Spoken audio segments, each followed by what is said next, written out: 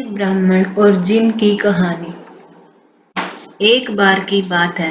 एक गांव में एक ब्राह्मण रहता था। वह सुबह उठता, नहाता, पूजा करता, खाना खाता और फिर सो जाता था। उसके पास किसी भी चीज की कमी नहीं थी। एक बड़ा खेत, खाना पका कर देने वाली एक सुंदर सी पत्नी और दो बच्चों का अच्छा सा परिवार था। सब कुछ होने के बाद भी ब्राह्मण के घर वाले एक बात से बहुत परेशान थे। वो बात यह थी कि ब्राह्मण बहुत आलसी था। वो कोई भी काम खुद नहीं करता था और दिन भर सोता रहता था। एक दिन बच्चों का शोर सुनकर ब्राह्मण जाग गया और उसने देखा कि उसके दरवाजे पर एक साधु महाराज आए हैं।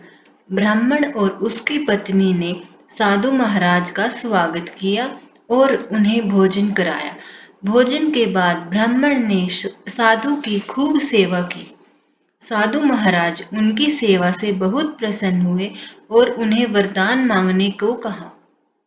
ब्राह्मण ने वरदान मांगा कि मुझे कोई भी काम न करना पड़े और मेरी जगह कोई और मेरा काम कर दे। तब साधु उसे वरदान में एक जिन देते हैं और साथ में यह भी कहते हैं कि जिन को हमेशा व्यस्त रखना, अगर उसे काम नहीं दिया तो वो तुम्हें खा जाएगा। वरदान पाकर ब्राह्मण मन ही मन बहुत खुश हुआ और साधु को आदर के साथ विदा किया। साधु के जाते ही वहां एक जिन प्रकट हुआ। पहले तो ब्राह्मण उसे देखकर डर जाता है, लेकिन जैसे ही वो ब्राह्मण से काम मांगता है तब ब्राह्मण का डर दूर हो जाता है और उसे पहला काम खेत जोतने का देता है। जिन वहां से गायब हो जाता है और ब्राह्मण की खुशी का ठिकाना नहीं रहता। कुछ ही देर में जिन फिर आ जाता है और बोलता है कि खेत जोत दिया, दूसरा काम दीजिए। ब्राह्मण सोचता है कि इतना बड़ा खेत इसने इतनी जल्दी कैसे जोत दिया। ब्राह्मण इतना सोच ही रहा था कि जिन बोलता है कि जल्दी मुझे काम बताओ, नहीं तो मैं आपको खा जाऊंगा। ब्राह्मण डर जाता है और बोलता है कि जाकर खेतों में सिंचाई करो। जिन फिर वहां से गायब हो जाता है और थोड़ी ही देर में फिर आ जाता है। जिन आकर बोलता है कि खेतों की सिंचाई हो गई, अब अगला काम बताइए। ब्राह्मण एक एक कर सभी काम बताता जाता है और जिन उसे चुटकियों में पूरा कर देता है। ब्राह्मण की पत्नी यह सब देख रही थी और अपने पति के आलसीपन पर चिंता करने लगी। शाम होने के पहले ही जिन सभी काम कर देता था।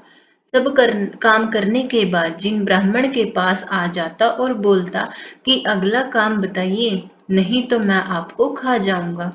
अब ब्राह्मण के पास कोई भी काम नहीं बचा जो उसे करने के लिए कह सके। उसे चिंता होने लगी और वह बहुत डर जाता है। जब ब्राह्मण की पत्नी अपने पति को डरा हुआ देखती है तो अपने पति को इस संकट से निकालने के बारे में सोचने लगती है।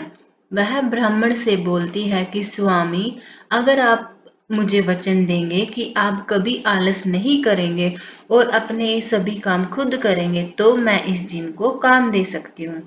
इस पर ब्राह्मण सोचता है कि पता नहीं यह क्या काम देगी। अपनी जान बचाने के लिए ब्राह्मण अपनी पत्नी को वचन दे देता है। इसके बाद ब्राह्मण की पत्नी जिन से बोलती है कि हमारे यहाँ एक कुत्ता है, तुम जाकर उसकी पूंछ पूरी सीधी कर दो। याद रखना, उसकी पूंछ एकदम सीधी होनी चाहिए। जिन बोलता है कि अभी यह काम कर देता हूँ। यह बोलकर वह वहां से चला जाता है। लाख कोशिश के बाद भी वह कुत्ते की पूंछ सीधी नहीं कर पाता और हार मान लेता है। हारकर जिन ब्राह्मण के यहाँ से चला जाता है।